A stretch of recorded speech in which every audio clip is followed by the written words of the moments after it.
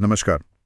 आज हम विज्ञान की उस छुपी हुई भाषा को समझने जा रहे हैं जिसके बिना कुछ भी मुमकिन नहीं है। ये वो भाषा है जिससे हम दुनिया को नापते हैं, तौलते हैं और असल में समझते हैं। आज हम मापन और मात्रकों यानी यूनिट्स ऑफ मेजरमेंट्स की दुनिया में उतरेंगे। और ये सुनने में शायद बहुत बेसिक लगता है, लेकिन सच तो ये है कि ये विज्ञान की नींव है। किसी मेज़ की लंबाई नापने से लेकर सितारों के बीच की दूरी का पता लगाने तक सब कुछ इसी पर टिका है। बिल्कुल। आज का हमारा मिशन ये समझना है कि इंसान ने चीज़ों को गिनने और मापने के इस बेतरतीब तरीके से एक ग्लोबल स्टैंडर्ड सिस्टम तक का सफ़र कैसे तय किया। इस सब को समझने के लिए हमारे पास कुछ बेहतरीन सोर्सेज हैं। एक डिटेल्ड एकेडमिक पेपर है जो इसके सिद्धांतों को समझाता है, और एक वीडियो लेक्चर भी है जो इन आइडियाज़ को मज़ेदार असल दुनिया के उदाहरणों से जोड़ता है। तो चलिए इस सबको खोलकर देखते हैं। तो सबसे पहले शुरू करते हैं सबसे बुनियादी सवाल से। हमारे सोर्सेज बार बार एक शब्द इस्तेमाल करते हैं, भौतिक राशि या फिजिकल क्वांटिटी। इससे पहले कि हम आगे बढ़ें, ये आखिर है क्या? इसे ऐसे सोचिए, अगर आप किसी चीज़ पर एक नंबर लगा सकती हैं तो वो एक भौतिक राशि है। जैसे मैं पूछूं कि इस कमरे का तापमान कितना है, आप थर्मोमीटर से माप कर बता सकती हैं, मान लीजिए 25 डिग्री सेल्सियस। ये एक भौतिक राशि है। आपकी हाइट, हाँ, उस पर भी नंबर लग सकता है, 6 फुट। बाजार से कितना दूध लाए? 2 लीटर। ये भी मापा जा सकता है। हाँ, बिल्कुल। ना पसंद है? एग्जैक्टली। क्या इसका जवाब 1 किलो या 2 मीटर में दिया जा सकता है? नहीं। तो खुशी, गुस्सा, प्यार, ये सब भावनाएं हैं। इन्हें हम माप नहीं सकते, इसलिए ये भौतिक राशियां नहीं हैं। विज्ञान को काम करने के लिए नंबर्स की जरूरत होती है, इसलिए वो सिर्फ उन चीजों पर फोकस करता है जिन्हें मापा जा सके। ओके, ये तो समझ आ गया। लेकिन यहाँ एक ट्विस्ट आता है जिसके बारे में मुझे पता नहीं था। हमारे सोर्सेज कहते हैं कि राशियों को सिर्फ उनके मान यानी उनकी वैल्यू से नहीं बल्कि दिशा से भी पहचाना जाता है। ये थोड़ा अजीब है। मतलब 4 किलो चीनी, इसमें दिशा कहाँ से आ गई? हाँ हाँ, बिल्कुल सही सवाल। 4 किलो चीनी में दिशा का कोई काम नहीं है, और इसीलिए वो अदिश राशि या स्केलर क्वांटिटी कहलाती है। अदिश राशियों को बताने के लिए सिर्फ मान या मैग्नीट्यूड काफी है, जैसे दूरी, समय, तापमान, वजन। 4 किलो चीनी, 5 किलोमीटर की दूरी, 10 बज गए, बात खत्म। आपको ये बताने की जरूरत नहीं कि 4 किलो उत्तर में है या 10 दक्षिण में बजे हैं। तो फिर वो कौन सी राशियां हैं जिनमें दिशा इतनी जरूरी हो जाती है? वो है सदिश राशियां या वेक्टर क्वांटिटीज। इन्हें पूरी तरह से समझने के लिए मान और दिशा दोनों की जरूरत पड़ती है। इसका सबसे अच्छा उदाहरण है बल यानी फोर्स। मान लीजिए आपके सामने एक टेबल रखी है और मैं कहता हूं कि उस पर 100 न्यूटन का बल लगाओ। ठीक है, लगा दूंगा। लेकिन किस दिशा में, ये जानकारी अधूरी है। अगर आप बल ऊपर से नीचे की ओर लगाएंगे तो टेबल शायद टूट जाए। अगर आप उसे अपनी ओर खींचेंगे तो वो आपकी तरफ आएगी। अगर आप उसे दाईं ओर धकेलेंगे तो वो दाईं ओर खिसकेगी। अरे वाह! तीनों ही सूरतों में बल तो 100 न्यूटन ही है, लेकिन उसका असर पूरी तरह से बदल गया क्योंकि दिशा बदल गई। इसलिए बल एक सदिश राशि है। ये तो कमाल का फर्क है। तो एक बार जब हमें ये समझ आ गया कि कुछ राशियों में दिशा होती है और कुछ में नहीं, तो अगला सवाल ये आता है कि ये राशियां बनती कैसी हैं? क्या ये सब अपने आप में स्वतंत्र हैं या एक दूसरे से जुड़ी हुई हैं? बहुत अच्छा सवाल है, और यहीं पर फिजिक्स की सबसे खूबसूरत और हैरान करने वाली बात सामने आती है। आपको क्या लगता है, ब्रह्मांड की हर चीज, एक कार की स्पीड, सूरज की ऊर्जा, आपके फोन की बैटरी, इन सब को समझाने के लिए हमें कितनी अलग अलग तरह की राशियों की जरूरत पड़ेगी? सैकड़ों? हजारों? हाँ, शायद हजारों तो होंगी ही। नहीं, सिर्फ 7। पूरी भौतिकी की शानदार इमारत सिर्फ 7 मूल राशियों यानी फंडामेंटल क्वांटिटीज पर टिकी है। ये राशियां पूरी तरह से स्वतंत्र हैं और किसी दूसरी राशि पर निर्भर नहीं करती। ये विज्ञान के बिल्डिंग ब्लॉक्स हैं। सिर्फ 7? हाँ, ये ब्रह्मांड की वर्णमाला के 7 अक्षर हैं। ये तो अविश्वसनीय है। तो मतलब हर चीज, हर फॉर्मूला इन्हीं 7 से मिलकर बना है। मैं कुछ अंदाजा लगाने की कोशिश करता हूँ। लंबाई तो पक्का होगी, और समय, शायद वजन यानी द्रव्यमान। क्या मैं सही जा रहा हूँ? आप बिल्कुल सही ट्रैक पर है। वो 7 राशियां हैं। एक, लंबाई, जिसका मात्रक है मीटर। दूसरा, द्रव्यमान, किलोग्राम में। तीसरा, समय, सेकंड में। फिर है विद्युत धारा यानी इलेक्ट्रिक करंट, जिसे एम्पियर में मापते हैं। ओके। तापमान, जिसके लिए केल्विन स्केल है। फिर है द्रव्य की मात्रा, अमाउंट ऑफ सब्सटेंस, जिसे मोल कहते हैं। और एक थोड़ी अजीब है, ज्योति तीव्रता, ल्यूमिनस इंटेंसिटी, जिसका मात्रक कैंडेला है। ये रोशनी की चमक को मापती है। बस यही 7 है। कमाल है। तो फिर बाकी की अनगिनत राशियां, जैसे चाल मतलब स्पीड, क्षेत्रफल एरिया, बल फोर्स, ये सब कहाँ से आती हैं? वो सब इन्हीं 7 मूल राशियों से मिलकर बनती हैं। इसीलिए उन्हें व्युत्पन्न राशियां यानी डिराइव्ड क्वांटिटीज कहते हैं। आहा, समझ गया। तो ये कुछ वैसा ही है जैसे हमारे पास सिर्फ 3 मूल रंग होते हैं, लाल, पीला और नीला, लेकिन हम उन्हें मिलाकर हजारों अलग-अलग रंग बना सकते हैं। तो ये 7 राशियां विज्ञान के मूल रंग हैं? क्या खूबसूरत एनालॉजी है, बिल्कुल सही।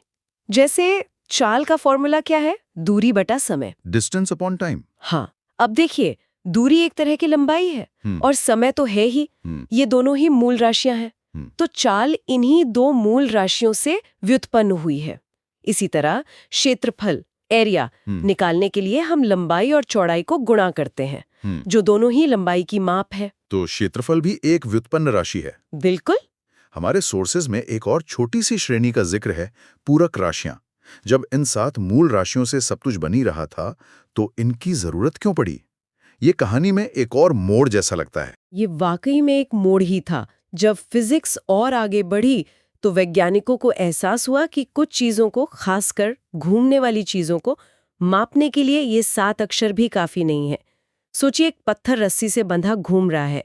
वहां आप सीधी दूरी नहीं मापते, आप कोण मापते हैं। एंगल, हाँ। तब इन 7 के अलावा 2 पूरक राशियां या सप्लीमेंट्री क्वांटिटीज जोड़ी गईं।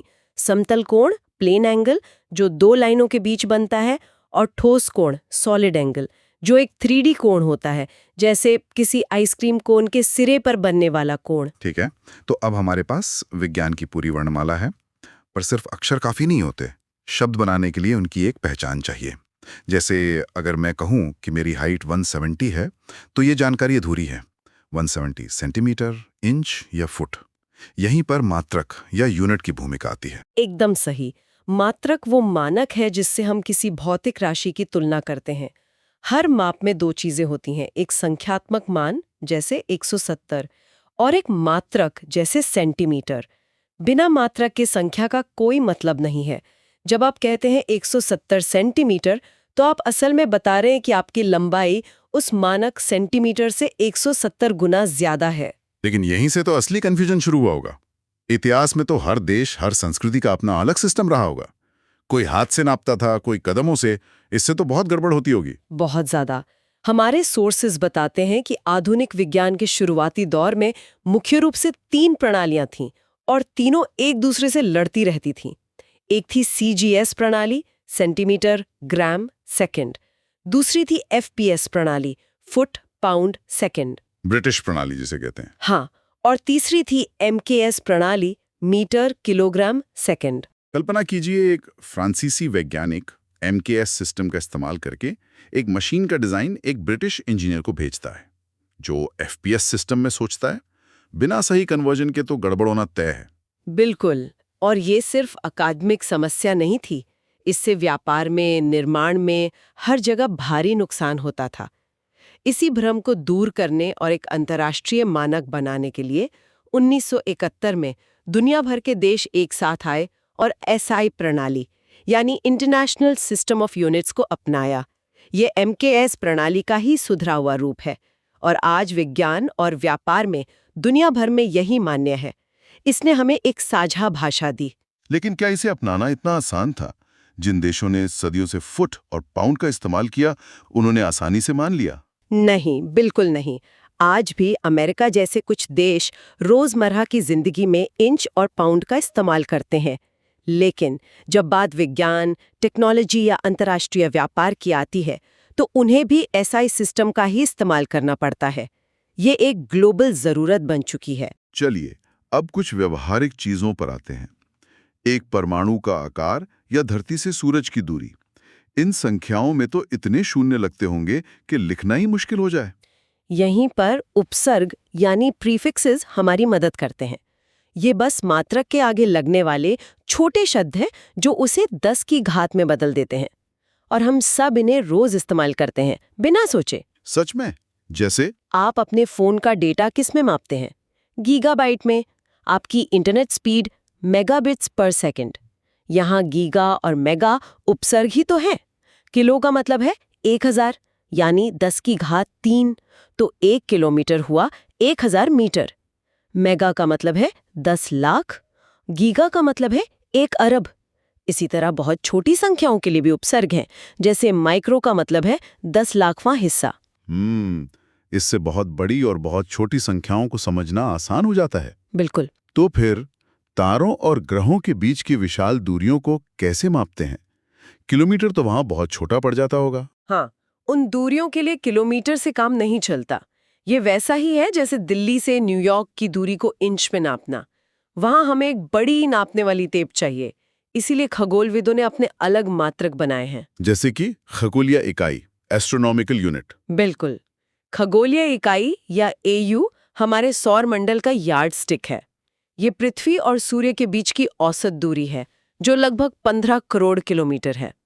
तो जब हम कहते हैं कि मंगल ग्रह 1.5 एयू दूर है, तो इसका मतलब है कि वो पृथ्वी सूर्य की दूरी से 1.5 गुना दूर है। ये सौर मंडल के लिए एकदम सही है। लेकिन तारों के लिए तो ये भी छोटा पड़ जाता होगा। बहुत छोटा। इसीलिए हमें कॉस्मिक लेवल की मेजरिंग टेप चाहिए, और वो है प्रकाश वर्ष या लाइट ईयर। ये नाम थोड़ा कंफ्यूजिंग है क्योंकि इसमें वर्ष आता है, तो लोगों को लगता है ये समय का मात्रक है। हाँ, ये एक आम गलतफहमी है। Trillion kilometres. और इससे भी बड़ा कोई मात्रक है? हाँ, एक है पारसेक। पारसेक, जो लगभग 3.26 प्रकाश वर्ष के बराबर होता है। वाह। तो अब जब हमने मात्रकों को समझ लिया है, तो बात करते हैं उन चीजों की जो असल में ये काम करती हैं, मापने वाले उपकरण। हमारे सोर्सेज में कुछ दिलचस्प उपकरणों का जिक्र है। मैं चाहता हूं कि हम सबको लिस्ट करने के बजाय एक दो की कहानी पर बात करें। जरूर। चलिए बैरोमीटर की बात करते हैं। ये सिर्फ मौसम बताने वाला एक गैजेट नहीं है। सदियों तक समुद्री जहाज के कैप्टन की जिंदगी इस पर टिकी होती थी। वो बैरोमीटर से वायुमंडलीय दाब मापते थे। अगर दाब अचानक से गिर जाता, तो इसका मतलब होता था कि एक भयानक तूफान आने वाला है और उन्हें तैयारी करने का मौका मिल जाता था। मतलब दाब का एक छोटा सा माप असल में जिंदगी और मौत का सवाल था। बिल्कुल। ये तो बहुत दिलचस्प है। और कोई ऐसा उपकरण जो हमारी सेहत से जुड़ा हो? बिल्कुल।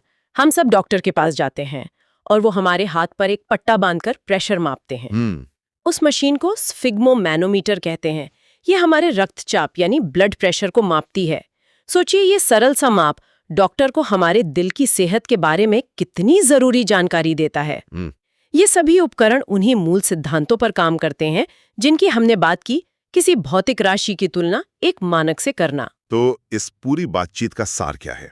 आज हमने ये सीखा कि विज्ञान की एक अपनी वर्णमाला है, अपने शब्द हैं और अपनी एक व्याकरण है, और ये सब मापन से ही शुरू होता है। और मापन सिर्फ संख्याओं का खेल नहीं है। ये ब्रह्मांड के बारे में एक साझा, सटीक और ग्लोबल समझ बनाने का एक तरीका है। जब दुनिया भर के वैज्ञानिक एसआई प्रणाली का उपयोग करते हैं, तो वे एक ही भाषा में बात कर रहे होते हैं। ये वो भाषा है जिससे हम एक साथ मिलकर स्मार्टफोन से लेकर स्पेस स्टेशन तक कुछ भी बना सकते हैं। ये हमें अव्यवस्था में व्यवस्था खोजने में मदद करता है। सच में ये विज्ञान की नींव है, वो बुनियाद जिस पर सब कुछ खड़ा है। और ये एक बहुत जरूरी सवाल भी खड़ा करता है। हमने सटीकता और मानक की बात की, लेकिन हमारे सोर्सेज में मापन में होने वाली त्रुटियों यानी एरर्स का भी जिक्र है। कोई भी माप कभी भी 100% परफेक्ट नहीं हो सकता।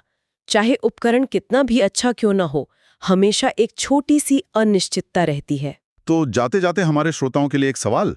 जरा सोचिए, हम दुनिया के बारे में जो कुछ भी जानते हैं, हमारी पूरी वैज्ञानिक समझ उन उपकरणों में होने वाली छोटी छोटी अनिवार्य त्रुटियों से कितनी प्रभावित होती है जिनसे हम उसे देखते और मापते हैं। क्या हमारी हकीकत की समझ भी उन उपकरणों की सीमाओं से बंधी हुई है?